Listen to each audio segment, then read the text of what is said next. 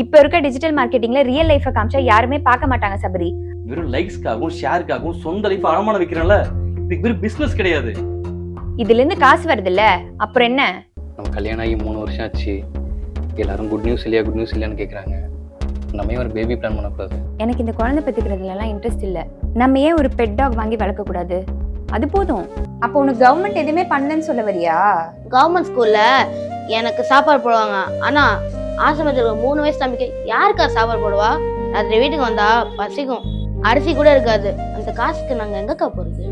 டேய், உனக்கு ட்ரஸ்ட்ல இருந்தெல்லாம் யாரும் ஹெல்ப் பண்ண மாட்டாங்களாடா? நிறைய பேரு கருப்பு பணத்தை வெளியாக்குறது தான் ட்ரஸ்டே நடத்துறாங்க.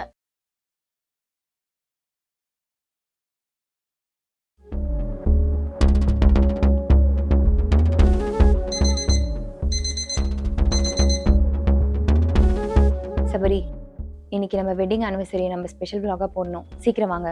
ஸ்ரீ, காலையில இருந்து நம்ம 2 பேரும் இப்போ வரைக்கும் ஒரு வார்த்தை கூட பேசிக்கவே இல்லை. நம்மளோட லைஃப்ல நிம்மதியே இல்லை. இது என்ன ஆனிவர்சரி ஸ்பெஷல் வேண்டி கிடக்குது? சும்மா இந்த கேமரா முன்னாடி நடிக்கிறதுல எனக்கு சுத்தமா பிடிக்கல ஸ்ரீ. சபரி ப்ளீஸ், உங்க ஈகோ இதுல காட்டாதீங்க. நம்ம சபரி ஸ்ரீ சேனலுக்கு 2 மில்லியன் ஃபாலோவர்ஸ் இருக்காங்க. இன்னைக்கு நான் வீடியோ போடலன்னா நம்ம என்கேஜ்மெண்ட் குறைஞ்சிரும். ஸ்பான்சர்ஸ்லாம் ரொம்ப ப்ரெஷர் பண்றாங்க சபரி.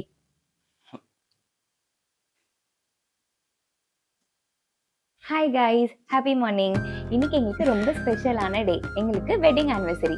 இந்த 5 வருஷத்துல நாங்க ஒரு டைம் கூட சண்டே போட்டதில்ல. சபரி என்ன ரொம்ப நல்லா பார்த்துட்டாரு. He is the best husband in the world. ஆமா ஃப்ரெண்ட்ஸ், ஸ்ரீ இல்லைன்னா என் லைஃபே இல்லை. ஒரு உண்மையான லவ்வுக்கு இலக்கணம்னா அது ஸ்ரீயை தான் சொல்லணும். என்னோட ஹாப்பியான லைஃப் உங்களுக்கு பிடிச்சிருக்குன்னா லைக் பண்ணுங்க, ஷேர் பண்ணுங்க, அண்ட் மறக்காம ஹாப்பி கப்புள்ஸ் சொல்லிட்டு கமெண்ட் பண்ணுங்க.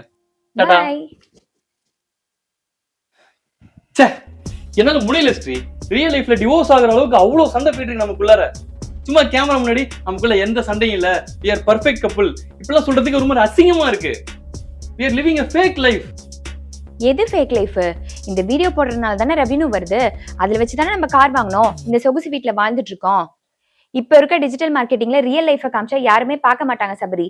நம்ம லைஃபை ஃபேண்டசியா தான் காட்டணும். நான் அதை ஒரு கண்டென்ட்டா போடுறேன். இது ஒரு பிசினஸ், அவ்வளவுதான். பிசினஸா? வெறும் லைக்ஸ்க்காகவும் ஷேருக்காகவும் சொந்த லைஃப் அடமான வைக்கிறனால இதுக்கு வெறும் பிசினஸ் கிடையாது. இது ஒரு சைக்காலஜிக்கல் டிசார்டர். மத்தவங்க நம்மளை பார்த்து பொறாம பண்ணணும் அப்படிங்கிறதுக்காக பண்ற விஷயம் இது. இந்த கேமரா ஆஃப்ல இருக்கிறப்போ நம்ம 2 பேரும் பக்கத்துல இருந்தா கூட இங்கே தனித்தனியா இருக்கிற மாதிரி லோன்லியா ஃபீல் ஆகுது ஸ்ரீ. இதுல இருந்து காசு வருது இல்ல, அப்புறம் என்ன? காசு வருது ஸ்ரீ, நான் இல்லைன்னு சொல்லல. ஆனா நமக்குள்ள இருக்க கனெக்ஷன் கொஞ்சம் கொஞ்சமா குறைஞ்சிக்கிட்டே இருக்கு. அது உனக்கு தெரியுதா இல்லையா? இப்பெல்லாம் நமக்குள்ள ஏதாச்சும் ப்ராப்ளம் வந்தா கூட அதை நம்ம பேசி சால்வ் பண்றதே இல்லை. ஏன்னா அந்த கேமரா முன்னாடி ஒரு 5 நிமிஷம் ஹாப்பியா இருக்கும்போது நடிச்சா போதும், எல்லாம் பெஸ்ட் கப்புள் அது இதுன்னு பாராட்டுறாங்கல்ல. இந்த போலியான பாராட்டுல வர டோபமைன் போதையால நம்ம 2 பேரும் ஒருத்தர் வெறுத்து ஒதுக்கிட்டு இருக்கோங்கிற விஷயத்தையே நம்ம கண்ணை மூடிட்டு மறைக்கிறோம்.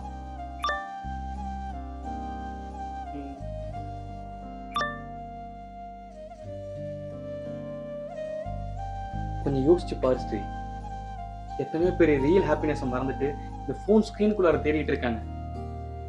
மத்தவங்களுக்கு முன்னாடி இந்த கப்பல் கோல்ஸ் அப்படிலாம் வாழ்ந்து என்ன பிரயோஜனம்? உண்மையான லைஃப்ல நம்மளே ரியல் கப்பல்ஸா இல்லையே. அப்ப நான் பண்றதெல்லாம் தப்புன்னு சொல்றீங்களா சபரி? தப்பு இல்லை ஸ்ரீ, ஆனா ஒரு பயம். இந்த சோஷியல் மீடியால நம்ம என்ன ரியல் லைஃப்னு சொல்லி எக்ஸ்போஸ் பண்றோமோ அதை வச்சு அவங்க நம்மளை ஜட்ஜ் பண்றாங்க. ஆனா இந்த 4 செவத்துக்குள்ள என்ன நடக்குற விஷயம் நமக்கு தானே தெரியும்.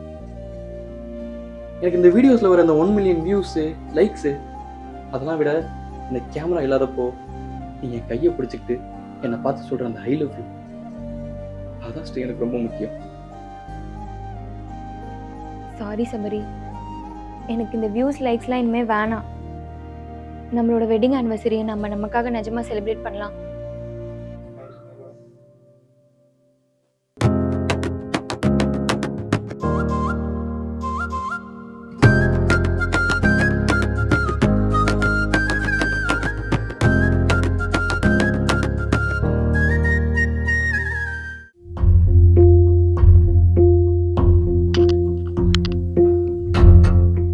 வைஷு, நம்ம கல்யாணம் ஆகி 3 வருஷம் ஆச்சு. எல்லாரும் குட் நியூஸ் இல்லையான்னு கேட்குறாங்க. நம்ம ஒரு பேபி பிளான் பண்ணக்கூடாது. சபரி, நானே இதை பத்தி உங்ககிட்ட பேசணும்னு நினைச்சேன். எனக்கு இந்த குழந்தை பெற்றுக்கிறதுலாம் இன்ட்ரெஸ்ட் இல்லை. நம்ம டிங்க் லைஃப் ஸ்டைல வாழ்ந்துடலாம். டிங்க் லைஃப் ஸ்டைலா? அப்படின்னா double income, no kids life style. என்ன வயசு சொல்ற? குழந்தை பெத்துக்கிறதுங்கிறது லைஃபோட அடுத்த ஸ்டேஜுக்கு போறது. அதையே வேணாம்னு சொல்ற? சபரி, ப்ராக்டிக்கலாக யோசிங்க. இன்னைக்கு இருக்க எஜுகேஷன் சிஸ்டம், கிரைம் ரேட்டு, இந்த சொசைட்டியில் இருக்க ப்ரெஷரு, இதெல்லாம் பார்த்தா எனக்கு குழந்தைய வளர்க்க பயமா இருக்கு. நம்ம ஏன் ஒரு பெட் டாக் வாங்கி வளர்க்கக்கூடாது? அது போதும். என்ன விஷயம் சொல்ற? குழந்தைக்கு பதிலா நாயா? என்ன கம்பேரிசன் இது? இங்க பார், குழந்தை பெத்துக்கிறதுங்கிறது ஒரு பொண்ணோட கடமை. இயற்கையோட நீதியும் அதான். அதுவும் இல்லாம ஒரு பொண்ணு ஒரு குழந்தைய பத்தி தாயாகும் போதுதான் அவளோட வாழ்க்கையே கம்ப்ளீட் ஆகுதுன்னு சொல்லுவாங்க. Stop it Sabari.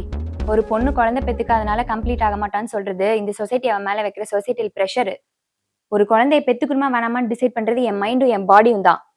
வைஷு, நமக்குன்னு ஒரு குழந்தை இருந்தா தானே வயசான காலத்துல அது நம்மளை பார்த்துக்கும். அப்புறம் நம்ம வம்சம் என்னத்துக்காகிறது? அதுதான் சுயநலம். நம்மள பாத்துக்கிறதுக்காக ஒரு செக்யூரிட்டி வேணும்ன்றதுக்காக ஒரு உயிரை இந்த உலகத்துக்கு கொண்டு வரலாம்னு நீ சொல்றதுதான் பெரிய முட்டாள்தனம். லட்ச லட்சமா காசு செலவு பண்ணி படிக்க வைக்கிற ஹைடெக் பசங்க அவங்க பேரண்ட்ஸை ஓல்டேஜ் ஹோம்ல தான் விடுறாங்க.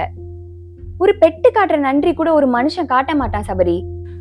வைஷு, நீ சொல்ற எக்கனாமிக்ஸ், இந்த கிரைம் ரேட்டு, அப்புறம் உன்னோட கெரியர், இது எல்லாமே 100% கரெக்டு தான். நான் இல்லைன்னு சொல்லலை. ஆனா ஒரு விஷயம் யோசிச்சு பாரு. என்ன சபரி? இப்படி ஒரு பெட்டு வளர்க்குறேன்னு வச்சுக்கோயேன், அது உன்னோட கம்ஃபர்டபுள். அது உன்னை எதிர்த்து பேசாது, நீ என்ன சொன்னாலும் கேட்கும், எப்பவுமே உன் கூடயே தான் இருக்கும்.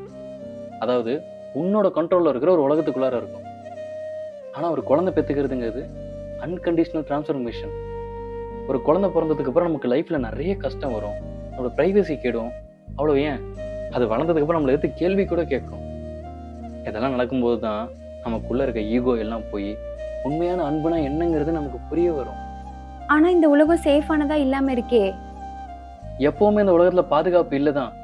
ஆனா இது ரொம்ப மோசமா இருக்குன்னு சொல்லிட்டு ஒரு குழந்தைய நம்ம பெத்துக்காம இருந்தோன்னு வச்சுக்க, அப்புறம் இந்த உலகத்துல அன்புங்கிற ஒரு விஷயமே இல்லாம போயிடும். இங்க பாரு, நமக்காகவோ இல்லை நம்ம வம்சத்துக்காகவோ ஒரு குழந்தைய பெற்றுக்க வேணாம். இந்த உலகத்துக்கு ஒரு நல்ல மனுஷனை கொடுக்கணும் அப்படிங்கிற ஒரு சோஷியல் ரெஸ்பான்சிபிலிட்டிக்காக பெற்றுக்கலாம்ல. ஆமாங்க, நீங்க சொல்றது கரெக்டு தான். பயந்து பயந்து எவ்வளோ நாள் தான் நம்ம வாழ முடியும்? இந்த உலகம் வேணா பாதுகாப்பானதா இல்லாம இருக்கலாம், ஆனா நம்ம குழந்தைய நல்லா வளர்த்து நல்ல மனுஷனா இந்த பூமிக்கு நம்ம கொடுக்கலாம். சரி.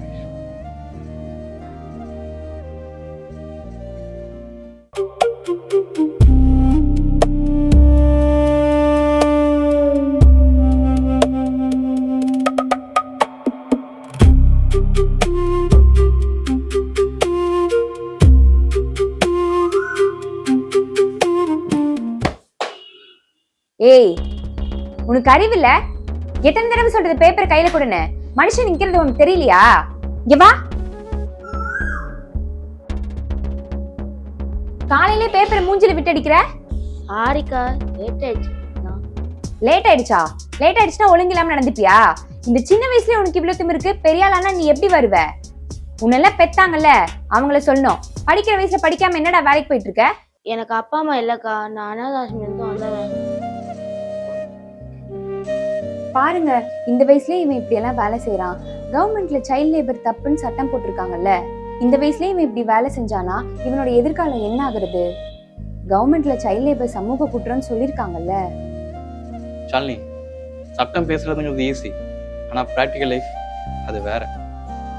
நீ பாக்குறது சைல்ட் லேபர், ஆனா அவன் அதை சர்வைவலுக்காக தான் பண்ணிட்டு இருக்கான். அவன் இப்பெல்லாம் ஓடி ஆடி வேலை செஞ்சாதான் இன்னைக்கு ஒரு வாய் கஞ்சியை குடிக்க முடியும். நீங்க சொல்றது சரிதான். கவர்மெண்ட்ல எவ்வளோ ஃப்ரீயா தராங்க. Free bus pass, free education, book, laptop எல்லாம் ஃப்ரீயா தராங்க.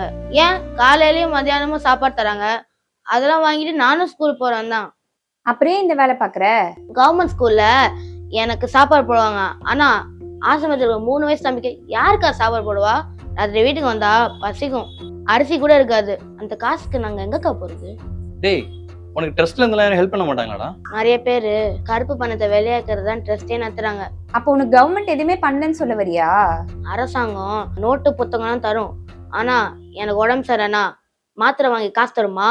ஸ்கூலுக்கு பஸ் பாஸ் தருவாங்க, ஆனா மழை பெஞ்சா கூரை ஒழுகும், அதுக்கு சரி பண்ணி தருவாங்களா? பெரியவங்க நீங்க எல்லாரும் குழந்தைங்கள நாட்டின் எதிர்காலம் நினைக்கிறீங்க, ஆனா எங்களை மாதிரி பசங்க நிகழ்காலமே நரகம் மாதிரி இருக்கும்போது நாங்க எப்படி எதிர்காலத்தை பத்தி யோசிக்க முடியும்? வயிறு காஞ்சா மூளை வேலை செய்யாது. ஆசைப்பட்டு இந்த வேலைக்கு வரல, சூழ்நிலை எங்களை இழுத்துட்டு வந்துருச்சு. படிக்க கூடாதுன்னு இல்ல, படிச்சுட்டே வரணும்னு கட்டாயம் எங்களுக்கு இருக்கு. சரிக்கா, ஸ்கூலுக்கு டைம் ஆச்சு, நான் கிளம்புறேன்.